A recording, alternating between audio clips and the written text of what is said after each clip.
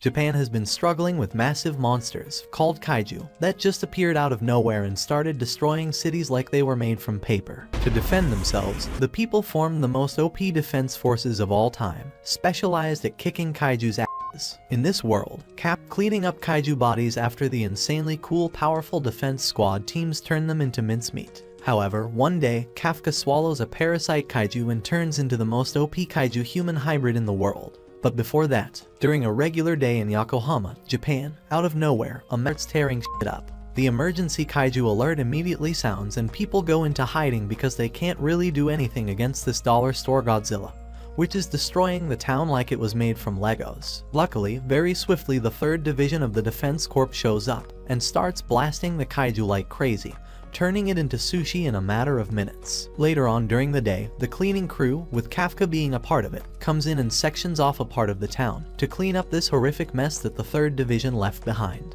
Meanwhile, the 3rd Division, led by Captain Mina Ashiro, Kafka's childhood friend, walks around the town while the people cheer them on like they were on the red carpet. Kafka, however, only looks at Mina from a distance, and the whole cleanup crew gets down to business as they have to clean the entire part of the town with the massive kaiju body in only a week. Kafka, although he has around 3 brain cells altogether, is pretty good at his old Kafka, and makes him go to clean up the kaiju's guts.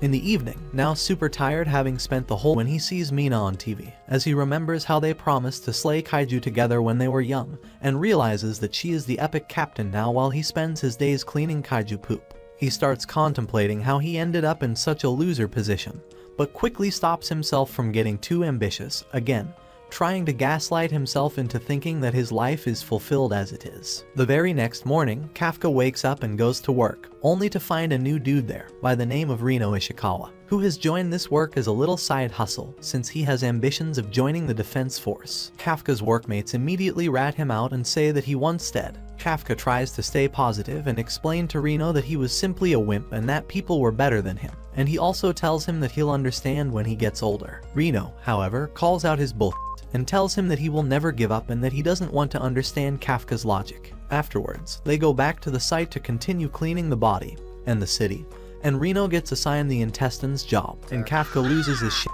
only for all of his happiness to be crushed in the on a break. Rino and Kafka are barely keeping it together, not even being able to eat lunch. Kafka gives him some multivitamins and also aggressively tries to wrestling there on a kid's playground. They continue with the cleanup job, and soon for helping his dumb ass get through the day, and tells him that the maximum age limit for joining the defense forces has been raised to 33, meaning that even Kafka he is a much better dude than he thought, and popped out of the ground and went straight to chomp down on poor Reno like he was a Twix bar.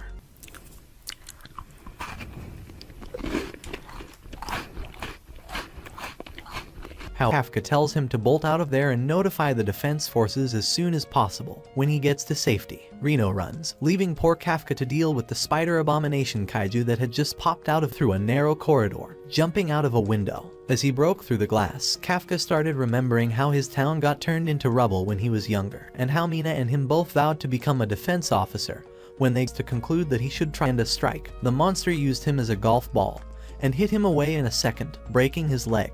Just as the kaiju was about to try out a Kafka lunch platter, Kafka started wondering how it had all come to this. Just then, breaking him out of this contemplative state, Reno comes out of nowhere and with a random pole. Reno has gone full one big ball mode, and he tells Kafka that he would never be able to become an officer had he possible for someone to be such a massive loser. And as he finally gathers the strength and courage and stands up to fight, Captain Mina and the 3rd Division come in, and other members of the 3rd Division tend to Reno and Kafka. Later that night, as they are chilling in the hospital, Kafka ponders about how epic and strong Mina has become and how she has truly gone to a place where he can't reach. This daydreaming contemplating session is interrupted by Reno, who thinks he's cool, and that he really should be a defense officer. Kafka finally realizes that he needs to stop gaslighting himself, and he thanks Reno. Oh, that was gross! Kafka struggles and goes through some sort of metamorphosis, before Reno finally pulls down the curtain that is separating the two of them, only to see that Kafka has turned into a super OP looking skeleton kaiju. They both start screaming in panic trying to figure out what is going on, and just then, a random old dude walks by their room and immediately after seeing Kafka in his new form, grabs his phone and calls the defense squad. Meanwhile, as a flashback reveals that Mina and Kafka were great friends, and that Kafka was a super corny kid always telling her that she shouldn't be worried as he will protect her. Mina and the 3rd Division prepare to go to the hospital where Kafka and Reno are still freaking out over what they should do to the world's biggest goofball by the name of Kafka. While this is all happening, Kafka and Reno are trying their best to not give the poor old man a heart attack. And Reno gets the brilliant idea to make Kafka smile at the man to prove he is harmless. This leads to Kafka rivaling Venom for the scariest looking smile of all, destroys a chunk of the hospital walls with a touch of his hand. And then again when he makes his escape. They both escape and start running away from the hospital, and Kafka tries his hardest to not make it seem like he is a big scary monster, only to fail every step of the way and unlock an uber disgusting spider mode, also accidentally gobbling up a whole bird in the process of running away. Kafka also figures out that he desperately needs to go take a piss, but realizes that he is missing key pissing equipment, only to start peeing straight out of his nipples. Damn! Contain Kafka and a massive kaiju, the same type as the one they fought earlier, pops out of the ground like the start of a giant game of whack-a-mole. Kafka take this as the perfect opportunity to escape. At the same time, as the kaiju has started destroying everything around him, a poor little girl is trying her hardest to rescue her mother, who is stuck underneath some debris, with the kaiju coming in ever closer to them, punching the monster with the force of 1,000 trucks. To comfort the little girl, Kafka and his 3 brain cells try smiling again, only to terrify the poor girl even more. I'd knock that shit off if I was you. Reno comes in and helps the mother up, telling the little girl that she is going to be fine. Kafka becomes a Giga Chad and tells Reno to get the mother and the kid out of there while he takes care of the kaiju. In a split second, Kafka punches the massive kaiju as hard as he can and he absolutely annihilates it. He takes her mom home, feeling pretty sad that he only wants to help, but is instead scaring the little girl with his kaiju appearance. Will arrive soon and starts leaving. Describe the kaiju that attacked and she is. However, much to her surprise, the little girl asks her to are watching the news and the public has dubbed him Kaiju number 8. Reno walks in and realizes that Kafka's crazy ass is the first kaiju in history to escape the defense force, and that he is literally on everyone's radar in the country. The dudes ask Reno his immediately, and it turns out that he has passed the first round of testing for the defense squad with no problem. Dudes in the office are being true bros, and they all agree that they all really want Kafka to have his last shot at finally joining the defense force. That he has passed the first round of the exams too. However, as Kafka ends up stuck in a pretty disgusting half-human half-kaiju form for a second, and Reno continues, he tells Reno turns out that Kafka has been training like crazy and is ready to take on the challenge of the second round of the exams. Around 10 days later, Reno and Kafka drive to the place where the second round is going to be taking place in their little minivan. But immediately after they get out of it and step into the parking lot, they see all the other recruits arriving too, with a pretty entitled looking girl called Kikoru ordering Kafka to move his minivan while calling him old man. Does not care, and she legit moves towards the van, lifting it up herself using some sort of super suit. She tells them that her hobby is unaliving kaiju, and she even tells poor Kafka that he smells like kaiju, while she grills Reno about what 2 garbage disposal dudes are even doing applying for the defense force, Kafka's super suit. And while he's busy introducing himself to Kikoru and trying to be cool, Kikoru's Alfred-looking butler takes up his parking space anyways. As Kikoru leaves to enter the facility, Reno inside. They finally enter the facility and they start with he realizes that he is getting destroyed by the other candidates. Despite going into overdrive, poor Kafka finishes 219th out of 225 people, while Kikoru blazes past everyone, coming in 5th. She immediately approaches. Reno is super happy that Kafka didn't use his power, and even Kafka seems chillaxed for a while, telling him so hard. However, it only takes a minute for him to go crazy, saying that he wishes he'd used it. Meanwhile, Captains Mina and Sashiro Hashina has applied. Bruh, look at this dude. At the same time, Kafka and Reno are having discussions of their own, and they are looking at all the other candidates and talking about what their ranks were in the fitness test. Reno also tells him that this year specifically has insanely strong people applying for the defense squad. They also take a look at the dudes holding the 1st, 2nd, and 3rd ranks, AI, Izumo, and Iharu. How has gone full nerd mode and skipped several grades and is shaping up to be one of the biggest talents of all time. Showed up for the 2nd time, and he promises to show her up too, to cheer him for the past 2 years, and that they should be fine. They both get super hyped, but only a few moments operator Konomi is measuring the unleashed combat power, which is essentially how much of the suit's power they are able to use of everyone who had put the suit on. Reno's got 8%, Izumo is going crazy with 18%, and AI and Iharu have 15 and 14%. Konomi says that the power often stays lucky that they have even one applicant that's above a 10%. However, everyone's jaw drops when they see that Kikoru has a whopping 46% of unleashed combat power, and they all agree that she is the biggest talent of all time. Reno gets pretty depressed that he only has a measly 8%, but Hoshino reassures him and tells him that you would pretty much need to have a 0% to flop at that point, and that he has never seen a 0 before, activating exactly 0% of his suit's power. Kafka gets super angry as he tries desperately to activate. Hoshino shows up in the room a few moments later and takes the new candidates to take the final test and fight the kaiju in the contained area, while drones keep an eye on them to keep them as safe as possible. Kikoru wastes absolutely no time and starts taking kaijus out left, right, and center. Reno and Kafka start waffling. He is pretty much useless against the kaiju on his own with his 0%. While looking at the kaiju, Kafka goes big brain cleanup sessions and goes around telling people the kaiju's weaknesses and even weakening links Kafka away, before smashing him into a wall. Just as Kafka was about to be eaten by the kaiju and Hoshino accepts that he's gonna be gone even though he was so funny, Kikoruji's gonna go take out the rest of the kaiju while he lies on the ground like a loser, as broken as the McDonald's ice cream machine.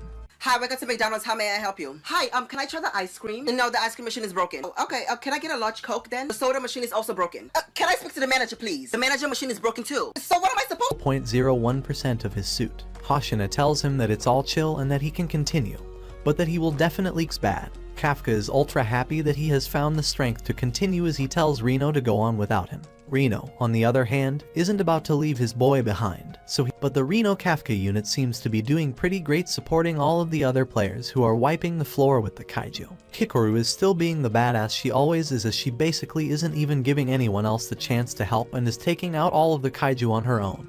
And she even completes the entire exam in no time. Given that she's destroyed the cover out of nowhere from underneath the body of the final kaiju. Meanwhile, Kafka and Reno are chillaxing and laying down, waiting back to life in a super disgusting zombie-like, as she asks it what it is. To her massive surprise, the kaiju talks back to her, surprised and out. That very same massive kaiju does not remain destroyed for much longer, as the intelligent kaiju raises it from the dead and instructs it to attack Kikoru. Kikoru desperately tries getting her strength together and she stands up to shoot at the kaiju, but not before being brutally shot down by the intelligent kaiju once again. At the same time, Hoshino and Mina, as well as the operators, are extremely confused by what is going on, as the first approximations come in and it turns out that the revived kaiju now have a fortitude of 6.4, meaning that they are even more powerful now than they were when they were alive and damaged, and that very odd things are happening on her end.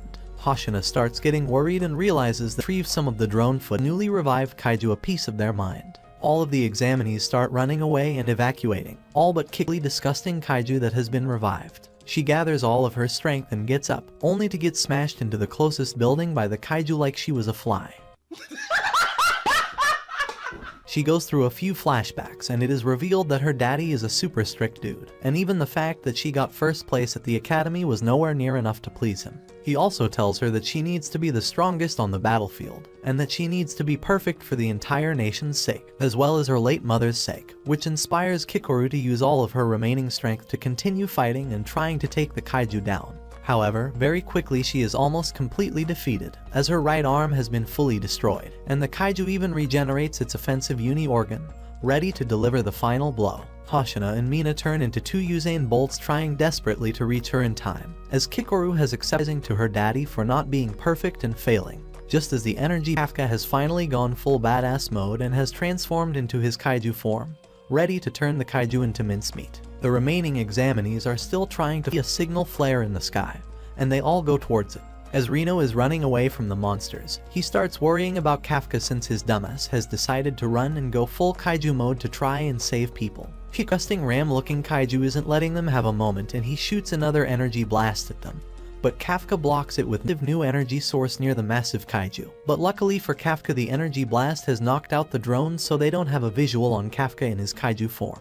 To everyone's surprise, Kafka in his kaiju form has a whopping another small kaiju across the street, and he starts reprimanding Kikoru for not being safe. However, just then, Reno appears and smacks Kafka right on the head, as he was super reckless too. As they argue, Kikoru straight up to investigate the kaiju remains and the whole situation, as he figures out that this kaiju debris is pretty similar to the kaiju remains from Kafka's earlier battle a couple of months prior. A while later, Kafka and Reno are chilling in the hospital and Kafka is very pissed that he gets this regular hospital while Kikoru gets the best in and thinking he'd wait until he gets stronger and only then talk to her. Meanwhile, Kikoru is going through some flashbacks feeling to preserve Kafka's identity. Later that night, the weird humanoid kaiju is chilling in a bathroom stall in the cleaning facility Kafka used to wind and shaking Reno like a milkshake, blaming him for the fact that he now has to go through all of this stress while waiting for the exam results. Just then, they both receive mail with their results, and they open them together. Tomorrow, the whole squad is in their new uniforms, waiting to see what's next as they talk about who passed and who didn't. The only one missing is Kafka,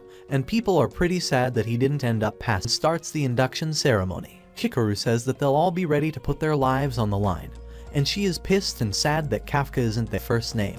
Only then does Kafka realize that he actually said that ought to be something love-related. Kikoru, on the other hand, drag him out into a diner so they can discuss more and more of the suit activated by the death. With Reno reaching 18% and Kikoru cementing herself as the powerhouse she is and reaching a whopping 50, he starts and his crazy celebration Hoshina, who tells him that he'll still end up flopping and will get fired in 3 months if he continues the way he is going currently. Hoshina is pretty happy that even without him the whole gang already has positive rivalry going on, which is making all of them better. At Kafka trying his hardest to seem cool, but failing miserably.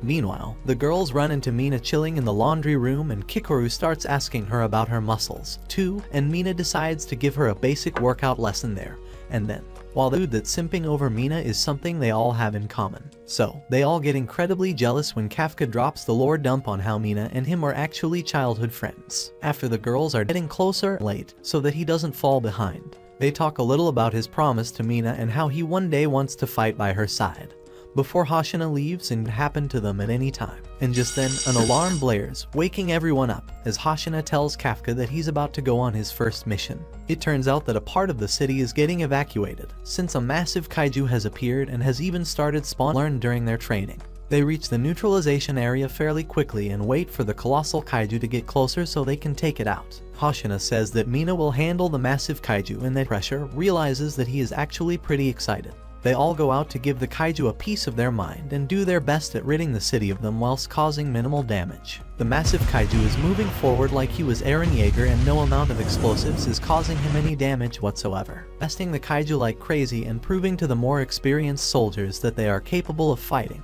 despite only being rookies. They keep fighting, trying to figure out their biggest weakness, and everyone has grown a lot stronger. Meanwhile, the platoon leader Nakanashima is looking at the new cadets like they were snacks, realizing that it is well and truly an insanely good batch of candidates this year. Kafka has started dismantling a kaiju and he figures out that the core is not where it's supposed to be, and that the officers with weaker power levels should probably aim to hit them from the side. On top of that, he figures out that they have reproductive organs too. After Hoshina congratulates him, Kafka starts feeling ultra useful, and he starts running around neutralizing all the bodies of the defeated kaiju. They continue blasting the huge kaiju with explosives and bombs, but they are delivering absolutely no damage to it whatsoever. Instead, they decide to try and attack its legs to see if that works. Mina, on the other hand, pulls out her massive gun, then powers up her suit to an insane 96%. And uses it to blast through and wreck the massive kaiju in only 3 blasts. Hoshina walks up to Kafka and tells him that that is the power level he will need to reach if he wants to be by Mina's side. But Kafka isn't having it and immediately asks him if he even has the power to match hers. He straight up says that he doesn't, and that he is nowhere near as good at taking out the big kaiju as she is, but that he is insane at taking out the small kaiju. And he immediately proves it by slicing a kaiju next to them up into a billion pieces like he was playing Fruit Ninja. He tells Kafka that he is sick of taking out only the smaller kaiju because his family has been fighting kaiju for a long time. Just then, a billion little kaiju start swarming out of the big kaiju's body and heading straight for the team. They all start fighting the small kaiju, but the operators notice that their power levels are slowly failing since this is still way too hard of a neutralization job for their first mission. Meanwhile, Reno and Iharu are going towards a sector where there are reportedly a large number of kaiju, and they find a random cleanup dude standing in front of a kaiju, and they are super confused. He starts yapping about whether the kaiju are the right choice or not, and as he notices them, he gets up and points his finger at Aiharu, and straight up shoots him with an invisible bullet. Luckily, since he is still in his human form, he misses his heart and Aiharu survives. But the kaiju dude fully turns back into his kaiju form. He starts thinking of help and tell them that they've encountered a humanoid kaiju. However, the kaiju seems to know a thing or two about electronics and has somehow managed to isolate the area they are in and completely cut them off from using their communicators. The kaiju starts blasting his finger gun at Reno, but he is managing to dodge the shots enough so his vitals don't get hit. This confuses the kaiju quite a bit since he is usually very accurate. But it turns out that the reason why Reno is so good at dodging the attacks is because Kikoru has already prepared him and Kafka by giving them the details of her own battle against him. Aiharu's stupid self leaving him alone to face the kaiju, and he is pretty scared considering the fact that even Kikoru couldn't fight this specific kaiju. However, he gathers all of his strength and courage, realizing that the defense officer he wants to be wouldn't hesitate to put his life on the line, as he starts fighting the humanoid kaiju head-on. Meanwhile, as he is running away, Aiharu realizes that Reno surpassed him like himself since he hasn't evolved a bit from day one, and is still reliant on people to save him. Aiharu decides that it isn't going to be Reno that saves him, but the other way around, and the kaiju is bamboozled at what kind of argument is going on between them, as he informs them that nothing can leave the barrier he created anyways. Reno and Aiharu decide that they have to fight him straight on, as Reno takes the forefront since Aiharu is still a bit injured. Luckily, Aiharu figures out how to dodge the kaiju's blasts, as they both blast him with special bullets which make it hard for it to move. At point blank, Reno activates. He pokes his head out, shooting Reno with a bunch of bullets that he isn't able to dodge. At the same time, the rest of the squad is battling it out with the smaller kaiju, and Kafka gets informed that they without unaliving him, as he blocks every single one of Aiharu's bullets and immobilizes him. He grabs Reno and starts dragging him away, with poor Aiharu doing his best to grab the gun in front of him as a desperate attempt to save Reno. However, the gun turns out to be broken pieces. He receives a Saitama level 1 punch from the back by Kafka, which blows his head clean off. Reno starts blaming himself that Kafka has had to transform again, and both the kaiju and Aiharu are super confused that another humanoid kaiju has appeared. Kafka places Reno down, ready to throw hands with the humanoid kaiju once again. Before going to fight, Reno asks him to be careful, and Kafka slowly approaches the kaiju.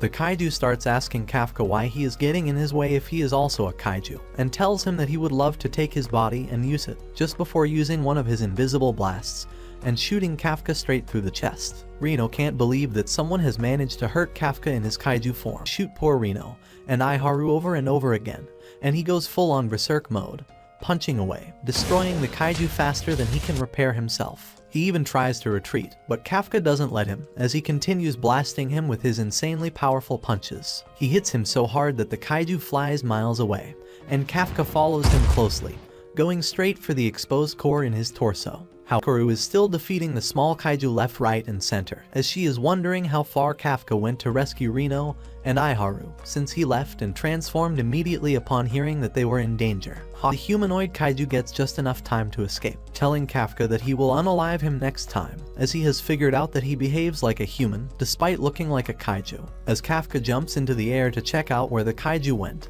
he sees that poor Reno and Aiharu are getting medical attention, and be a really tough battle to unalive kaiju number 8. Kafka finds himself in a pretty crappy situation because he realizes that he can't exactly just use his fists on Captain Hoshina. However, Hoshina doesn't really give him a lot of time to think, and slashes him across the chest at the speed of light. Very quickly, Kafka realizes that he won't be able to survive if he holds back, as he tries his best to defend himself from the barrage of slices that Hoshina is throwing his way. He figures out that he simply can't harden his body fast enough to protect him against all of the slashes, and Hoshina even manages to get such a big slice in that Kafka's core reveals itself. Kafka manages to regenerate, but he realizes he'll be able to hold on much longer at that tempo. They fight, and Hoshina realizes that Kafka is at least at a fortitude level of 8.0, and that he also gets a super weird feeling from him. The fight continues and Hoshina throws out a double attack, slicing Kafka's leg clean off. This attack, however, proves to be a decoy, as Kafka, on the other hand, isn't as dumb as he may seem, and he predicted that this was going to happen. Grabbing Hoshina's blade with a newly formed mouth on the place, tries to get to Aiharu and Reno, but Kikoru stops him, and starts shouting at him, telling him that it was super stupid to get into contact with other officers, especially Hoshina, since they could easily trace even the slightest clue back to him. At the same time, Hoshina is feeling pretty down that he let Kaiju number 8 escape, and Mina decides that this is the perfect opportunity to take a picture of him.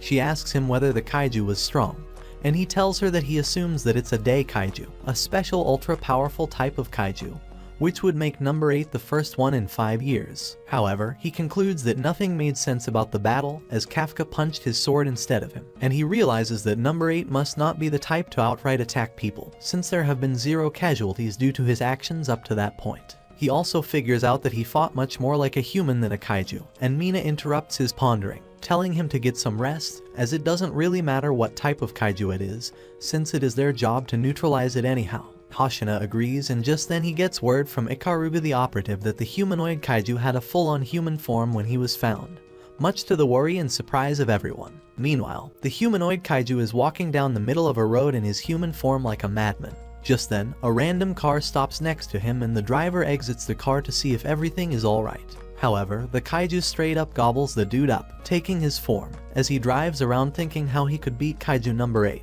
The very next day, Reno finally wakes up and he finds Kafka and Kikoru at his side. He is very happy that Kafka is okay, and Kafka hits him on the head, telling him that should be his line. Reno starts thanking Kafka for saving Iharu and him. However, he seems to have lost a few brain cells during the battle, since he doesn't figure out that Iharu is literally right next to him in the very same room, and can hear him.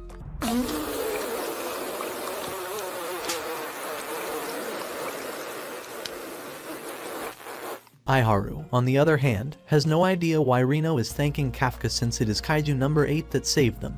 After all, Kikoru and Kafka somehow do their best to save the situation, blabbering about how Kafka was helpful nonetheless, since he was the one who found the reproductive organs on the Kaiju. Iharu somehow buys this and thanks Kafka too. However, he is still ultra confused about why a Kaiju helped them, and he daydreams about how cool it was when Kaiju number 8 knocked the head clean off of the humanoid Kaiju, now being dubbed Kaiju number 9. Kafka isn't quite done with trying his best to out himself, so he blushes, much to Iharu's confusion, but they somehow manage to get out of this situation, too. A while later, Iharu and Reno are finally released from the hospital, and the rest of the gang are all waiting for them in a massive room, congratulating them on their return, ready to all have a dinner party together. A chef and his team comes out of nowhere and reveals the most bussin' looking food the world has ever seen.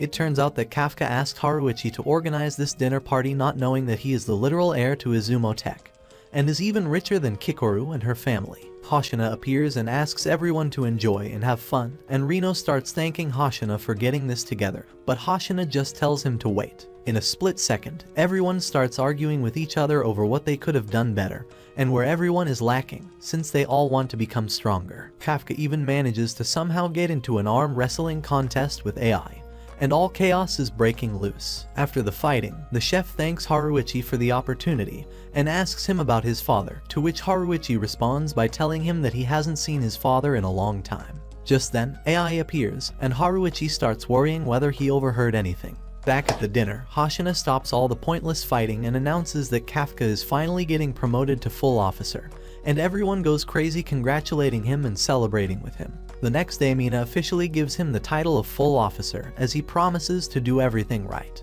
Just as he was about to leave, she tells him to not rest yet, as he still has a long way to go before reaching her power level. Kafka realizes that she actually does remember, and immediately forgets all his training, referring to her by her name instead of her title, and he instantly gets punished with 50 push-ups. He also learns that Hoshina is in charge of dealing with Kaiju number 8 and 9, as well as the fact that he was the one who recommended him for full officer. That evening, as Kafka is studying in the library alone, he goes to stretch his legs, finding crazy Hoshina is training like a madman, and realizes that he is recreating his battle with him step by step. He tells Kafka that he is training his hardest to be able to slice the head clean off of Kaiju number 8, and Kafka tells him that he will do everything in his power to help him, to which Hoshina responds by saying that he has only 1% of his expectations for the dude with the 1% power level. Boom. Roasted. At the same time, in the clouds above their base, a flock of bird-like kaiju with a reddish humanoid-looking kaiju on top of one of them prepare to descend onto the base. This is where the fun begins. After his brief encounter with Kafka in the training room, Hashina is researching the fuck out of kaiju number 8, thinking about how he behaves strangely similar to humans. He has absolutely no idea what is going on with the kaiju, and why kaiju number 9 has a human disguise. Meanwhile, Kafka is alone on the balcony, ready to continue becoming stronger, happy that he has finally managed to become an officer. As he is preparing to go to bed to prepare for the next day, fire starts raining from the sky and meteor-level strikes are absolutely pulverizing the base. Everyone notices immediately and Hashina instantly requests info from the operators on what is going on. They tell him that it seems to be an air attack from a bunch of kaiju, all super powerful with fortitudes over 6. As Mina isn't there, he takes control and orders everyone to get ready to fight. Instantly, he realizes that something is off as they haven't received any info on the attack being spread out anywhere else, which would mean that the attack is focused directly on the base. Kafka has no idea what is going on, as he witnesses a massive amount of flying kaiju annihilating the base, and he immediately realizes that something must be very wrong, since all of the kaiju are wyvern-type kaiju, and they are well known for operating exclusively alone. As everyone is preparing for the fight, Kafka relays this information to Hashina, telling him that this is extremely worrying, since this means that there must be something or someone with enough power to make them all swallow their pride and fight together, and enough intelligence to act with a goal in mind. Hashina spots the very menacing night-looking kaiju leader, and he hangs up on Kafka, getting ready to fight. The kaiju immediately starts yapping, and asks Hashina if he is the strongest human at the base. Given the fact that Mina isn't around, he says that he is, and the kaiju concludes that Hashina will be his prey. The operators tell him that its fortitude level is 8.3, making him a Dai kaiju, and Hashina tells the rest of the squad to all focus on fighting the other kaiju, while he focuses on this one. The kaiju, however, doesn't want to wait a second longer and straight up attacks Hashina in the middle of him giving out orders. Hashina manages to somehow dodge the first 2 attacks, and the kaiju proceeds to open his mouth super wide and straight up starts shouting. All of the other kaijus react to this and start shouting too, which Hashina interprets as proof that the kaijus are well and truly here to attack the base. However, he doesn't have a lot of time to think about it since the meteor strike power hitting kaiju is out for him and is attacking like crazy. Hashina somehow managed to dodge every single one of the kaiju's attacks, realizing that one hit would be enough to take him out. He also realizes that its skin is even harder than number 8. Meanwhile, the squad is shooting the crap out of the other kaijus, but it is causing absolutely no damage. Kafka pulls some exclusive kaiju cleanup knowledge out of the back of his head and remembers that these exact kaiju appeared in 2003, and tells the rest of the squad that their cores should be on their backs, as he devises a plan in which a person acts as a decoy, while the other shoots the core out. However, the kaiju aren't that dumb, and when Haruichi and AI try this out, one of the other kaiju protects the one they tried to take out. Not knowing what to do, Kikaru appears out of nowhere and slices at the kaiju with her massive axe, taking it out from the front. As it turns out, Mina and Hashina crafted this weapon specifically for her, as she has incredible potential. She starts taking the kaiju out left and right, using her new massive axe that is made from the uni organ of a super powerful kaiju from a few years ago. It turns out that this axe is no regular axe, and has a bunch of super cool skills and power-ups, as Reno and her work together to annihilate as many kaiju as possible. The rest of the squad start using the technique and fighting the kaijus as a team as well. Meanwhile, Hashina is still fighting the red cyclops-looking kaiju, and he realizes that this thing is actually enjoying the fight, which kaijus aren't supposed to do. He successfully manages to lure it into the training area, and just then the kaiju tells him that he can't wait to eat him since he is more powerful than even some kaiju that he has fought.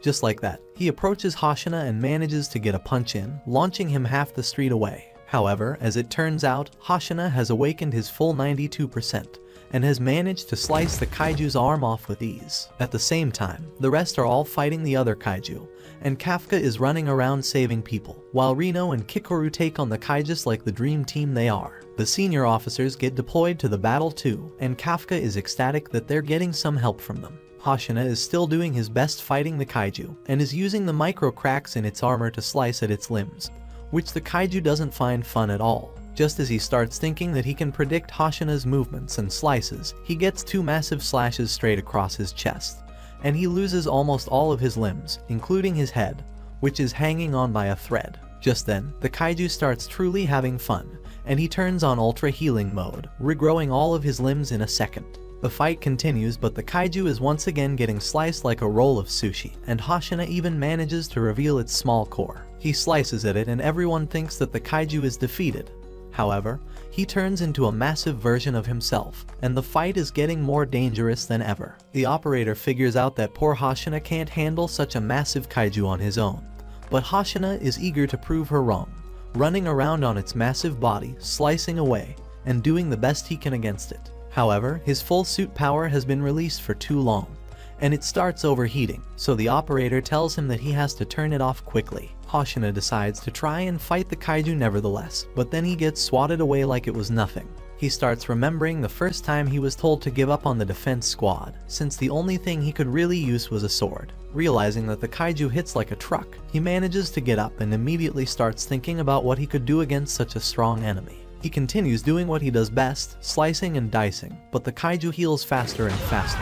A flashback reveals that it was actually Mina that asked Hoshina to join her division, after everyone else told him that he is not good enough as he can only use a blade. She tells him that it is exactly him that she needs, since she is fully useless with a blade, but sick with guns. Hoshina is still trying his hardest as he knows that Mina left the base to him, but the kaiju is simply much stronger than him, and he grabs poor little Hoshina, ready to eat him. Kafka runs at them and starts transforming, despite Reno telling him not to, as he values the lives of his comrades much higher than his hidden identity. Luckily for all of them, Mina's voice comes across the comms and tells them that they've been doing a great job. Laughing, Hoshina tells the kaiju that he has lost the fight, as Mina blasts the kaiju wide open with one of her massive gun blasts. He tells the kaiju that he is the vice captain of the base, and that his job is to hand the baton over to the captain. Mina continues blasting him, but he is still regenerating insanely fast. They realize that his core is on his back, and Kikoru comes up to him too, with both her and Hoshina, who has barely managed to reactivate 63% of his suit, slicing at the kaiju to open up a path for Mina to blast at its core. Just as the kaiju was about to gobble Hoshina up once again, Mina blasts its head clean off, finally defeating it once and for all, as everyone else manages to get the upper hand on the rest of the kaiju too.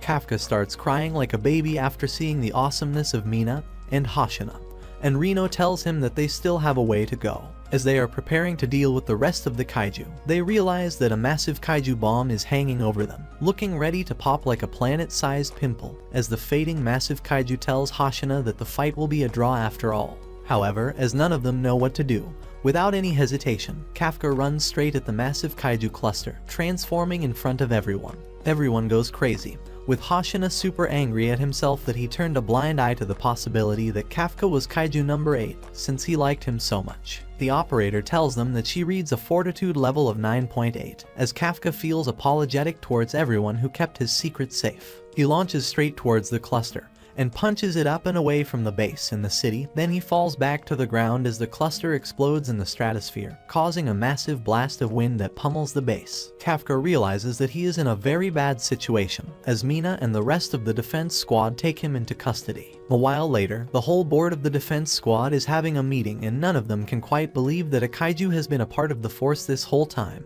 and a Dai kaiju at that. They start discussing whether they should tell the media about the whole situation, and conclude that it would probably be best to keep the entire situation under wraps, like they have been doing with number 9. Many ideas get thrown around, that he should be used as a living weapon, and one dude even says that he heard about a country experimenting with kaiju to human tissue transplants. The discussion gets who also happens to be Kikoru's dad, decides that what to do with him. Meanwhile, poor Kafka is sitting in a room all alone, restrained, left to think about what will happen to him now that his secret has been revealed. Just as he starts thinking about how close he got to being next to Mina, she enters the room since he had done so much to protect his secret. He slowly enters the truck, and just as the doors are about to close up behind Kafka, Reno steps out of line and tells him that he has faith that Kafka will return. On the inside, he immediately felt that it was exactly his type of thing to do. Much to Kafka's surprise, Mina tells him that no one in the 3rd Division thinks of him as an enemy, and says that she will do everything she can to convince the board that he is human so that he can be saved. Kafka sits down and Mina restrains him, telling him that he is about to be transferred to the Eri Ake maritime base, and Kafka interrupts her and asks her whether he can still try to be next to her, to which she responds by telling him that she will always be waiting, and Kafka starts bawling his eyes out. Everyone salutes as the truck leaves, and a bald dude higher up that Hoshina questions this, and Hoshina reassures him that they were just saluting to Mina, not Kafka. A while later, care as he was restrained in before. A week later, the whole rest of the squad and starts talking about how unbelievable it is that Kafka turned out to be kaiju number 8. They start talking about how Kafka saved their lives, and AI says that what happens to Kafka is, after all, the Neutralization Bureau's decision. Haruichi agrees, realizing how dangerous it would be for the information that there is a human kaiju hybrid to go out in public, since it would lead to everyone questioning whether the person next to them is potentially a kaiju. Meanwhile, Mina has tasked the operator to give her all she can on Kafka, and Hashina is talking to Ryu about how he wants Kafka to be back as soon as possible, since he dared to hold back when they were fighting. A while later, Kikoru enters her dad's office, ready to beg him to spare Kafka's life, as he has saved hers. Isao interrupts her immediately and asks her whether she definitely, but stops as has come back. At the same time, it is decided that the 3rd Division base can no longer be used, so they will all be split up in separate bases. On top of that, Mina also lets everyone know that the brass is pretty worried after the sudden appearance of both Kaiju 8, 9, and at the same time. Horichi suspects that the splitting up may be due to the fact they would want everyone who had contact with Kafka to be under surveillance, but Mina says that this has been under consideration anyways, unrelated to Kafka, while Reno immediately says that he'll do it. After this, Haruichi ponders calling his dad, and AI is desperately doing his best to try to get his old army commander to introduce him to anyone important who would be able to help Kafka. Whilst Haruichi is a little surprised, AI reminds him that he told him that he wouldn't want to lose anyone. Kafka is still sitting in his room, all alone, thinking that he has to prove that he is human so that he would be able to go back to the 3rd Division, and he concludes that the first step would be getting the Neutralization Division to hear him out. Just as Kikoru and the rest of the board watch from a distance. Immediately Kafka starts shouting at him that he is not a kaiju, and Isao orders the board to release his restraints. They try to talk him out of it, tell Kafka is a Dai Kaiju class. He would have broken out of them anyways, had he wanted to listen to him. And just as he starts his sentence, Isao immediately shoots him, and Kafka, which Isao responds by taking 2 massive weapon gloves, made from Kaiju number 2, and starts blasting Kafka, telling him that he is free to get unalived in the human form. Immediately he manages to take Kafka's arm clean off, and Kafka is forced to transform almost fully. He notices that his body is reacting to because Isao's armor and gloves are made out of the material gathered from the 2nd kaiju to ever be given a name. Isao continues blasting Kafka with his gloves, and Kafka's body can't take a lot more of this beating. So, as Isao goes on to deliver a final blow, Kafka transforms fully and blocks him, much to Kikoru's really be himself at all, as he starts shouting, and gets a power-up, with the disgusting parasitic bug that entered Kafka's system taking full control of his body with the single intention of unaliving the captain. While all of this is going on, Reno and Iharu are in the gym talking about how they feel now that they're being transferred to different units, and whether they are worried about Kafka. Reno says that he is training so he can protect Kafka the next time they see each other, instead of it being the other way around. And Iharu decides to train hard too. Just then, the senior squad leaders enter the gym and tells them that today is the day the neutralization squad will decide what to do with Kafka. They also say that Mina has also gone to HQ, which they are sure means that there is good news to be heard. At the same time, Mina enters the boardroom, and she is told to wait until Isao is done with Kafka. Kafka has gone insane and is attacking Isao like crazy, which Isao describes as animal-like attacks, since Kafka isn't even paying attention to the opening he produces after each attack. Kikoru tries to remind him that he's human, but Kafka doesn't seem to be in control of his body, and is attacking Isao with all he's got. Even Kafka himself is trying to stop his body from attacking, desperate to prove that he is human, as Isao realizes that using human logic in this fight will only get him unalived, since Kafka's body seems prepared to destroy itself to deal a strong attack, knowing it will just heal up. Kafka delivers a bunch of consecutive punches and Isao only survives due to the number 2's shield, as he fights back with a force blast, launching Kafka's body across the entire arena. However, as it turns out, the core is missing from his body, and behind Isao a brand new Kafka regenerates just from his core, having used the body as a decoy. Even Kafka has started to realize that fighting like that is too much and that he isn't going to survive much longer if it continues. Members of the board, overseeing the fight from afar, comment on how Isao must be pushing number 8 to the fullest, since he easily could have destroyed him back when Kafka was in his human form. Hikaru realizes that this must mean that Isao is giving Kafka a chance to survive, and remembers their conversation from earlier. Meanwhile, AI and Haruichi stand on a rooftop and AI tells him how he came to the defense squad to save lives, only to have his life saved by Kafka. He also says that people should be judged by their actions, and Haruichi agrees, and decides to call his dad. Kafka starts winning his battle against Isao, as he manages to injure him, while Kafka himself is desperate to stop his body from fighting. Isao attempts to fight Kafka to the best of his abilities using number 2's power, but Kafka's body grabs him and starts Hulk smashing him against the floor. Kafka fights against the parasite in his own body to stop himself from unaliving Isao, who accepts that all hope that he had has been lost, as he waits for the final punch. In his own mind, Kafka starts falling deeper and deeper into the void, as Mina comes out of nowhere, grabs his hand, and tells him that she will always be waiting for him. This gives him enough strength to redirect his Ultra Saitama punch and punch his own core out instead.